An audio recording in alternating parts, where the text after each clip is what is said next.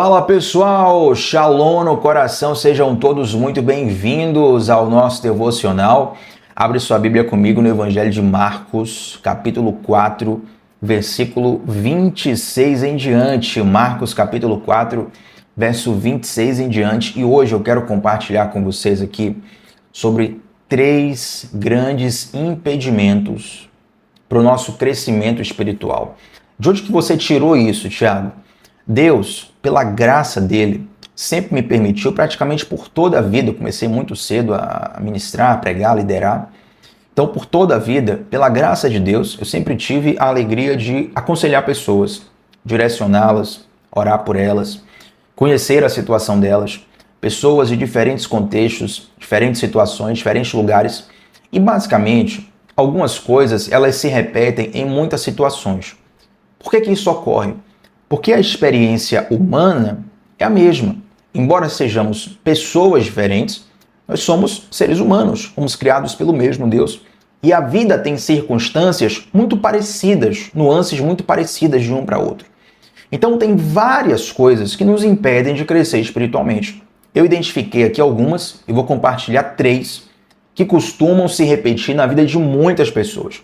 Então, muito provavelmente, Deus vai falar contigo em alguma dessas, e eu tenho certeza que se você está aqui é porque Deus quer que você escute isso, e isso é para te curar, isso é para te sarar, isso é para te fazer crescer espiritualmente. Nosso devocional de ontem foi uma bênção, foi sobre desenvolvimento da fé, e hoje nós vamos continuar nessa perspectiva aqui, em Marcos capítulo 4, verso 26, que diz assim, gente, Jesus também disse, o reino de Deus é como um lavrador que lança semente sobre a terra. Vamos lá. Para você que é novo ou nova por aqui, primeiro de tudo, se inscreve no canal. Vem com a gente, segunda a sexta, 7h30 da manhã é nosso encontro. Mas eu sempre digo, de tempos em tempos, que é muito importante, quando você lê o texto bíblico, ir montando a cena do texto, a figura do texto na sua mente. Por quê? Porque isso te ajuda a ver a figura. E vendo a figura, você aprende com mais facilidade as lições que o texto quer te ensinar. Então vamos reler isso aqui. Não deixa isso passar aleatório no teu coração, não. Vai montando a cena na sua mente, porque isso é fundamental para você entender o que vamos compartilhar aqui. Tá bom? Mais uma vez, então, Marcos capítulo 4, versículo 26, diz assim. Jesus também disse, o reino de Deus é como um lavrador que lança sementes sobre a terra.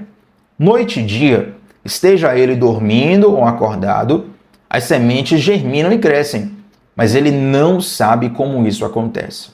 A terra produz as colheitas por si própria.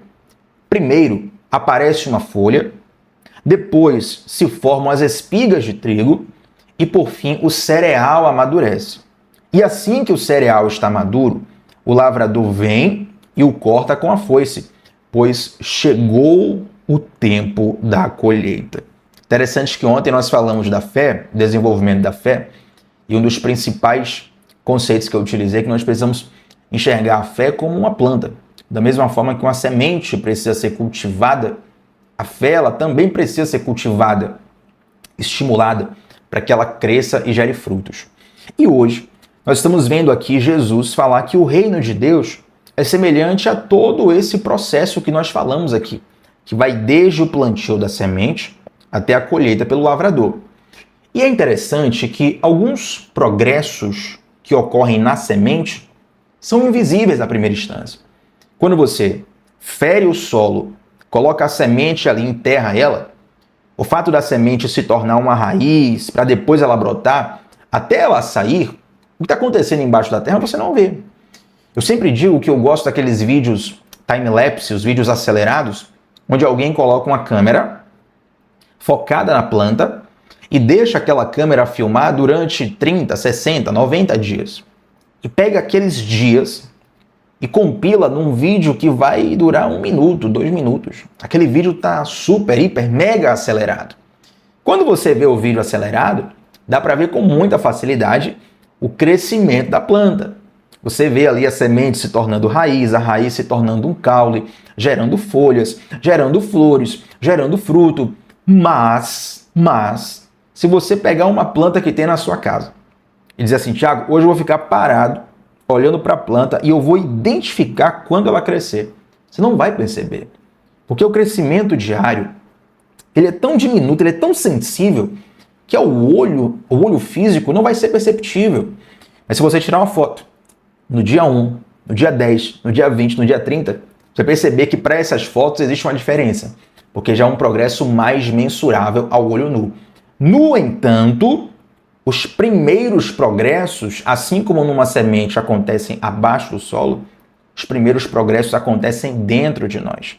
São progressos imperceptíveis e muitas vezes, por não percebermos esses progressos imperceptíveis, o que a gente faz? A gente aborta o processo. A gente fala assim, não está acontecendo nada, vou mudar aqui a estratégia. E de repente a gente desperdiça a chance de viver frutos maravilhosos porque abortamos o processo da semente dentro de nós. Agora, gente, em termos de crescimento espiritual, tem 3 coisas que eu vou compartilhar aqui. Não são as únicas, repito, mas são 3 coisas que eu vou trazer aqui que acontecem muito na vida de pessoas que estão estagnadas espiritualmente. Thiago, eu quero muito crescer espiritualmente, quero desenvolver a minha fé, quero maturar a minha fé, mas eu não consigo. 3 coisas que atrapalham vocês, que nos atrapalham, né? Falar vocês, mas se eu não vigiar também, vai acontecer sobre a minha vida. Acontece sobre a vida de qualquer um que não vigia. Então, 3 coisas que acontecem sobre nós, onde muitas vezes falhamos e deixamos de frutificar em Deus. Primeira coisa é quando nós não nos dedicamos devidamente. A falta de dedicação, pessoal, é um grande fator para você não desenvolver em qualquer coisa da vida, inclusive a sua espiritualidade. Se você não se dedicar, você não cresce profissionalmente. Se você não se dedicar, você não consegue desenvolver um relacionamento. Se você não se dedicar, você não consegue nada na vida, praticamente. Inclusive na sua vida espiritual. Se você não se dedicar, você não vai crescer espiritualmente, assim como qualquer coisa na vida. A palavra de Deus fala em Eclesiastes capítulo 9, versículo 10, que tudo quanto te vier a mão para fazer, faze-o conforme as tuas forças. Mais uma vez, tudo quanto te vier a mão para fazer, faze-o conforme as tuas forças. Se Deus te deu essa oportunidade, dedique-se a ela. Se Deus te mostrou uma palavra na Bíblia, dedique-se a ela. Se Deus colocou no teu coração aquele sentimento, aquele pensamento, aquela chamada para a oração, ora naquele momento. Não desperdiça, não. Muitos de nós ficamos, às vezes, esperando um anjo descer do céu e dizer assim, olha, vai para o teu quarto orar porque hoje Deus vai falar. Não é assim que acontece. Essa coisa espetaculosa, ela pode ser até estimulada em alguns contextos de fé, mas você vai perceber como isso é danoso. Às vezes você vê pessoas sendo atraídas por essa pirotecnia espiritual, onde sempre tudo é espetacular, tudo é ultra mega blaster, mas é questão de tempo até você ver essas pessoas se frustrarem e quando se frustram, fecham o coração e ficam mais endurecidas do que antes de conhecer Jesus. Porque elas se sentem lesadas. Elas confiaram numa mensagem, elas confiaram num líder, elas confiaram numa visão que leva nada a lugar algum. Deus não quer só te emocionar, Ele quer te desenvolver de verdade. Não estou aqui para iludir você. Tem muitos momentos da nossa vida espiritual que a coisa não é tão extasiante como se vende por aí.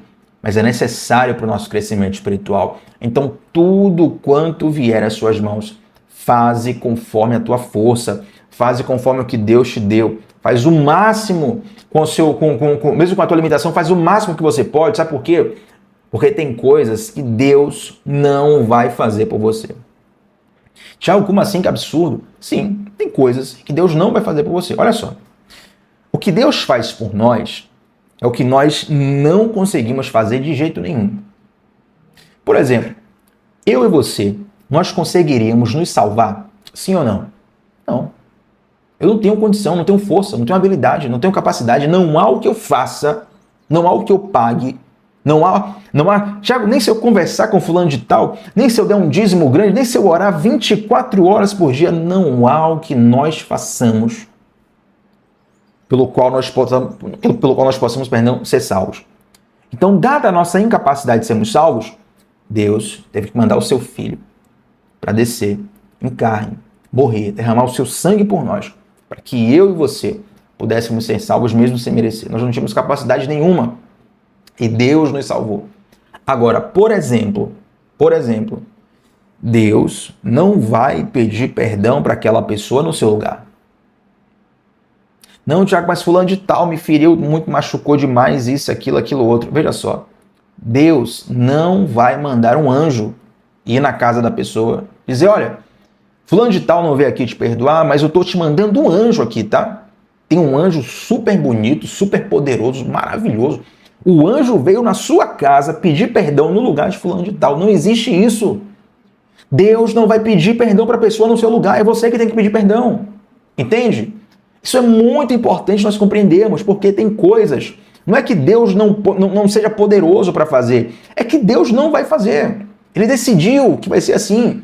Tem coisas que nós temos que tomar a atitude de fazer. Então, essa sonegação, por assim dizer, essa falta de diligência da nossa parte, ela muitas vezes impede nosso crescimento espiritual, porque a gente acha que Deus vai fazer tudo em nosso lugar. Deus faz para nós, por nós, aquilo que nós não podemos fazer. Eu sozinho não consigo me proteger de demônios. Deus me protege. Eu sozinho não consigo ser salvo. Deus me salva. Eu sozinho não consigo convencer ninguém. Deus convence. Eu sozinho não consigo saber da vida de ninguém. Deus, através de uma palavra, mesmo sem eu saber da vida de ninguém, Ele fala com a pessoa no profundo e no oculto. Ele faz por mim o que eu não posso fazer. Porém, o que eu posso fazer, Deus não vai fazer em meu lugar. E mais, tem coisas que nós não fazemos porque achamos que outras pessoas, aqui agora não é mais Deus, outras pessoas precisam fazer em nosso lugar. Mas, queridos, a experiência com Deus, ela é insubstituível. Tem uma situação que ocorre até com certa frequência, né? Alguém me vê ministrando e fala assim, Tiago, olha, que unção de Deus na sua vida, glória a Deus por isso. A pessoa fala, eu já estou aqui dentro, né? Glória a Deus, se não for Jesus sair do barco, vai dar tilt total. E a pessoa, não, mas glória a Deus pela sua vida e tal. Coloca a sua mão sobre mim e transfere a tua unção para mim. Vamos lá. A transferência de unção, biblicamente, ela acontece por imposição de mãos. Você vê ali no Antigo Testamento, no livro de Números, Moisés transferindo, impartindo a unção que ele tem com líderes de Israel. E você vê no Novo Testamento, por exemplo, Paulo falando da imposição de mãos sobre Timóteo. Então isso é bíblico. Mas essa transferência, ela não acontece pela vontade de quem ministra. Não sou eu que estou aqui, olha, eu tenho um superpoder e a partir de agora, em que eu impor as mãos, vai receber a unção. Não é isso. Vem por uma direção de Deus. Deus direciona o profeta, a profetisa, o homem de Deus, a mulher de Deus, direciona e fala assim, ore por fulano porque eu quero transferir essa unção para fulano. Então parte de Deus. Essa é a primeira coisa.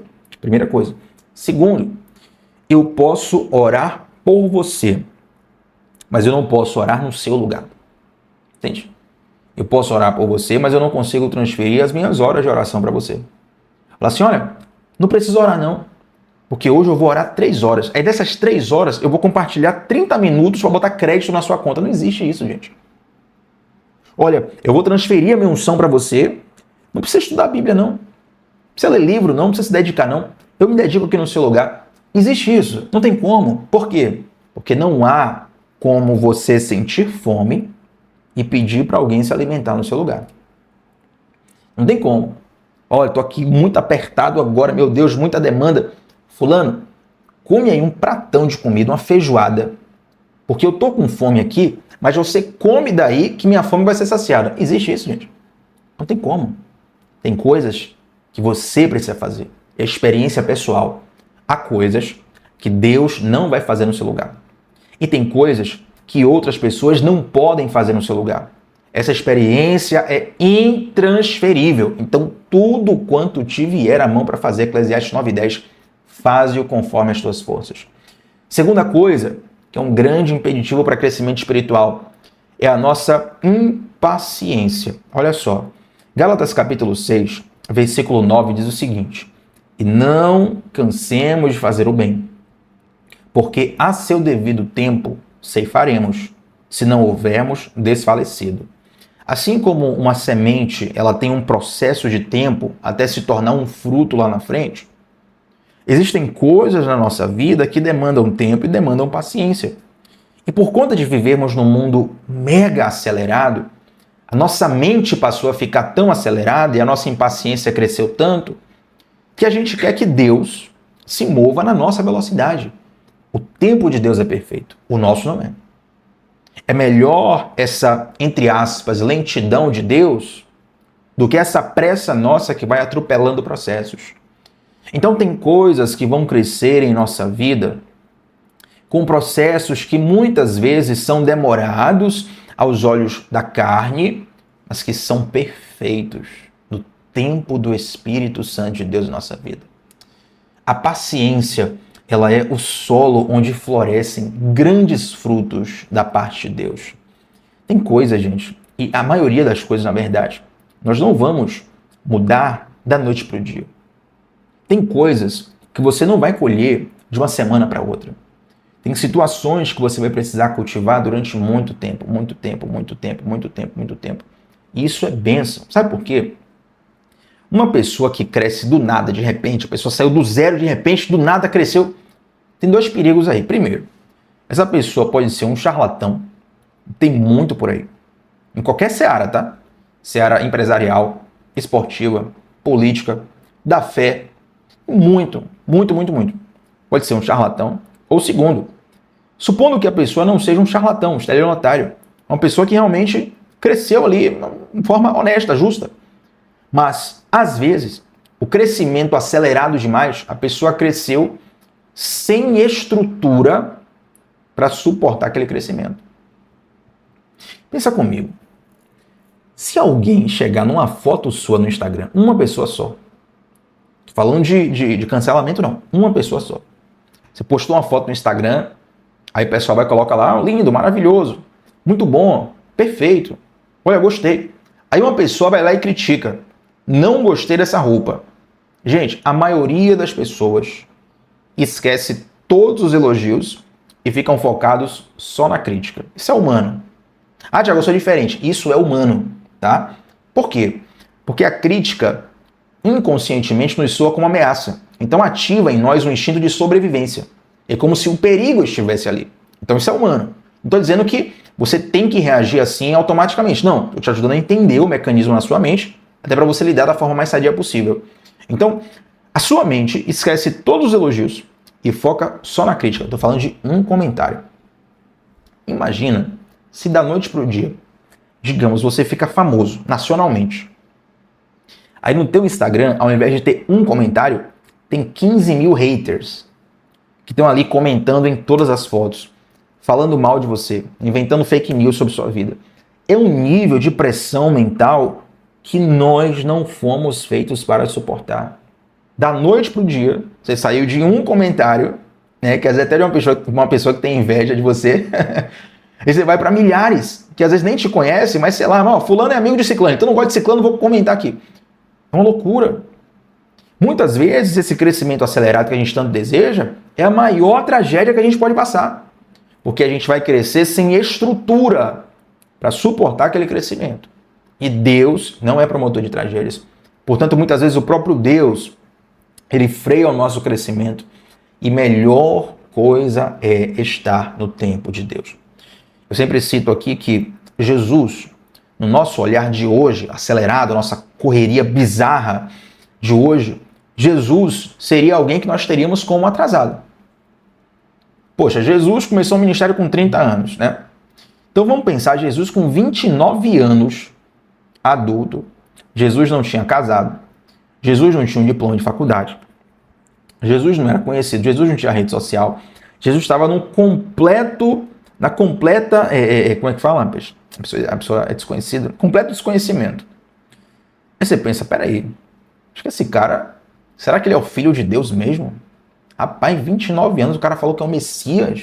Não, tem alguma coisa errada aqui. Gente, os irmãos de Jesus zombavam dele.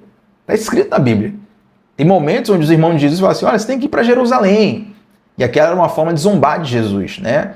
Como dizer assim, ó, você quer bombar mesmo? Você tem que abrir uma conta no TikTok, você tem que ir no Instagram, você tem que fazer parceria com fulano de tal, você tem que viralizar, tem que isso e aquilo. O tempo de Deus é perfeito. Os 3 anos e meio, na verdade, que Jesus passa aqui na Terra, o ministério dele, esse tempo é suficiente para você conhecer e aprender tudo o que você precisa sobre Jesus, é o suficiente para ele salvar todos que são salvos. Porque o tempo de Deus é perfeito. Quando nós não plantamos no solo da paciência, a tendência é que nós venhamos colher frutos podres, amargos, contaminados, que vai nos fazer mal. Já comeu uma comida estragada, gente? Comida estragada é a pior coisa que existe. Porque às vezes ela é saborosa no paladar. Você comeu ali, estava empolgado, que delícia! Daqui a pouco começam os sintomas, começa a danificação do organismo, né? E aí vocês entendem. E às vezes pode levar até a morte. A comida estragada pode levar até a morte. Então muito cuidado, porque nós precisamos semear nesse solo da paciência, que o tempo de Deus é perfeito. Então Gálatas 6:9, não nos cansemos de fazer o bem, porque a seu tempo, seu devido tempo nós ceifaremos tudo o que você está plantando no devido tempo de Deus. Você vai colher. E a terceira coisa que eu quero citar aqui para encerrar, nós falamos sobre a impaciência, nós falamos sobre uma entrega insuficiente, né? Você achar que Deus vai fazer no seu lugar, ou que outras pessoas vão fazer no seu lugar, e tem uma diligência que é pessoal. E a terceira coisa é que o crescimento espiritual, você pode estar sendo impedido de crescer espiritualmente só por estar, de fato, fazendo a coisa errada. Existe o tempo errado, a intensidade errada, mas existe também a coisa errada. Eclesiastes capítulo 10, versículo 10, diz assim, ó, se o machado está embotado e não se lhe afia o corte, é preciso redobrar a força, mas a sabedoria resolve com bom êxito. O que esse versículo quer dizer é o seguinte, se você for cortar uma árvore, fazer aquele processo de lenhador, aquele trabalho de lenhador, se você pega um machado que está cego, a lâmina está cega, não adianta, você pode botar a força que for, não vai cortar. Na verdade, você vai se cansar, você pode até se machucar, mas você não vai conseguir cortar, por quê? Porque aquela lâmina não está afiada. É preciso afiar a lâmina, é preciso fazer a coisa certa. E para isso é muito importante estar conectado com a palavra de Deus. Por quê? Porque Deus não tem compromisso com suas crenças pessoais. Deus tem compromisso com a palavra dele. Vou repetir isso aqui. Deus não tem compromisso com suas crenças pessoais. Deus tem compromisso com a palavra dele. Não, Thiago, mas eu acreditei que Deus ia fazer isso aqui, tal, e me frustrei. Mas espera aí, Deus prometeu isso aqui aonde? Entende? Quando você mergulha na palavra de Deus, você alinha suas expectativas com o que de fato Deus prometeu. Eu vejo muita gente querer os louros da palavra de Deus, as bênçãos da palavra de Deus, mas não querem os processos da palavra de Deus. Eu acho que o versículo que eu mais repito aqui nos devocionais, desde que eu comecei, é aquele, lá no finalzinho de Mateus, esqueci agora a referência, mas que diz assim, no mundo tereis aflições, mas tenha bom ânimo porque eu venci o mundo. Muitos se apegam só ao final do versículo, né? Olha, tenha bom ânimo, você vai vencer. Mas o versículo inteiro é uma promessa. Não tem promessa só de vitória. Tem promessa de que vai ser difícil também. É uma promessa. Gente, é para eu pensar que Deus, o próprio Deus, prometeu que a gente teria aflição. Entende? Então, para você, de fato, viver as promessas e as bênçãos de Deus, é preciso que você esteja alinhado com a palavra de Deus. Porque se você não estiver alinhado, você vai criar uma expectativa errada. Vai se frustrar. Vai abortar os processos de Deus. E, de repente, vai se ver enganado por um discurso, por uma ideia, ou por uma própria crença pessoal que não foi fundamentada na palavra de Deus. Porque Deus não tem compromisso com nossas crenças pessoais. Deus tem compromisso com sua palavra. A partir do momento que você se alinha com a palavra de Deus, aí encaixou tudo. Aí agora você está alinhadíssimo com a palavra de Deus. Não sei se você já... como é que eu posso dar esse exemplo aqui, né? Enfim, só vou falar mesmo porque eu comecei a falar, então vou encerrar. Mas para a gente fechar o devocional aqui, eu lembro que certa vez, eu vou usar o exemplo da bicicleta, mas eu lembro que certa vez eu tive um problema aqui com um liquidificador em casa. E qual foi o problema? O liquidificador, ele começou ele estava mal encaixado, né? Por estar mal encaixado, a pecinha embaixo dele, que gira, né? Começou a meio que serrar. Mal encaixado. E o que é que eu devia ter feito? Tirar do copo de liquidificador, encaixar certo no motor, para que ele funcionasse bem. o que é que eu fiz? Isso era o que eu devia ter feito, né? O que é que eu fiz de fato? Forcei o copo do liquidificador, falei, não, vai pegar de qualquer jeito. Meu irmão começou a subir um cheiro de queimado, e quando eu fui perceber, a pecinha, né, da lâmina do liquidificador já tinha sido toda danificada, não tinha mais jeito. Tive até que comprar outro liquidificador na época por causa disso. Então, o que eu quero dizer é o seguinte, quando nós estamos desencaixados, assim como o liquidificador, o copo e o motor, quando eles estão desencaixados, a gente vai sofrer muito mais do que devia, sofrer sem propósito, e vamos ter um final destrutivo. Mas quando você se encaixa com a palavra de Deus, aí, meu amigo, vai ter sofrimento, mas vai ter propósito. O problema não é o sofrimento. O problema é a falta de propósito. O problema não é o sofrimento. O problema é a falta de propósito. Quando você encontra um propósito pelo qual vale a pena sofrer, aí o sofrimento passa a valer muito a pena. É interessante que uma das maiores dores que existem no mundo é o parto, né, natural da mulher para uma criança. E é uma dor assim bizarra.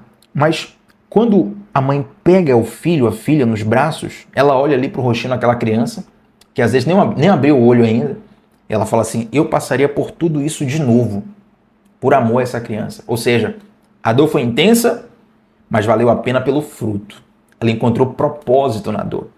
Quando você encontra o propósito, as dores do processo não deixam de ser doloridas, não deixam de ser intensas, mas elas passam a valer a pena porque existe um propósito maior no qual você está inserido. Então, meu irmão, minha irmã, recebe essa palavra hoje em nome de Jesus. Tenho certeza que Deus te trouxe aqui para ouvir isso hoje. Em nome do Senhor Jesus, a tua jornada vai ser transformada se você colocar esses 3 passos em prática. Vamos orar, gente? Antes de orarmos, eu quero te convidar a você deixar um like nesse vídeo. Se você é novo ou nova por aqui, se inscreve. Estamos juntos sempre de segunda a sexta, às 7h30 da manhã. Sempre começando o dia mergulhando na palavra de Deus. E eu deixei fixado na descrição e nos comentários 2 links importantes. O primeiro deles é o nosso grupo exclusivo no WhatsApp, onde eu envio o devocional todos os dias na palma da sua mão. Dessa forma, você não esquece, não fica refém da sua memória. E vamos combinar, nossa memória muitas vezes falha. Então, para você não ficar inconstante, entra no nosso grupo. É um grupo fechado, sem conversas paralelas, tá? É só para você receber o link do devocional todos os dias. O segundo link que está nos comentários é da nossa comunidade do discipulado bíblico, onde lá nós aprofundamos os princípios da fé e da espiritualidade à luz da palavra de Deus. Já tem muita gente aqui do devocional que participa do nosso discipulado, tem sido uma bênção para a glória de Deus, e eu quero convidar você que ainda não participa a fazer esse investimento na sua vida espiritual, com certeza vai frutificar bastante. Vamos orar? Senhor Deus, eu te agradeço, Pai, por esse tempo, por esse mergulho, por essa mentoria do céu, da sua palavra, aquilo que o Senhor falou aos nossos corações nesse momento. Eu quero te pedir, Senhor, que nós não venhamos ficar estagnados, frustrados, enraizados em fundamentos errados.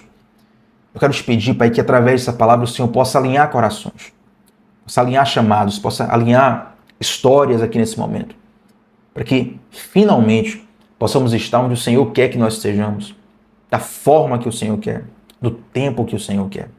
Eu oro sobre isso, Pai, na vida de todos nós, na minha vida, na vida de cada um dos que estão orando comigo nesse devocional, neste momento. Em nome de Jesus, amém. Gente, antes de sair daqui, deixa um comentário sobre qual foi a parte desse devocional que mais falou teu coração. Teu comentário é sempre muito precioso para mim e eu sempre faço questão de ler, curtir e responder todos os comentários aqui do canal. Tamo junto sempre, de segunda a sexta, às 7h30 da manhã. Sempre começamos o dia mergulhando na palavra de Deus. Shalom no coração, gente. Até a próxima. Tchau, tchau.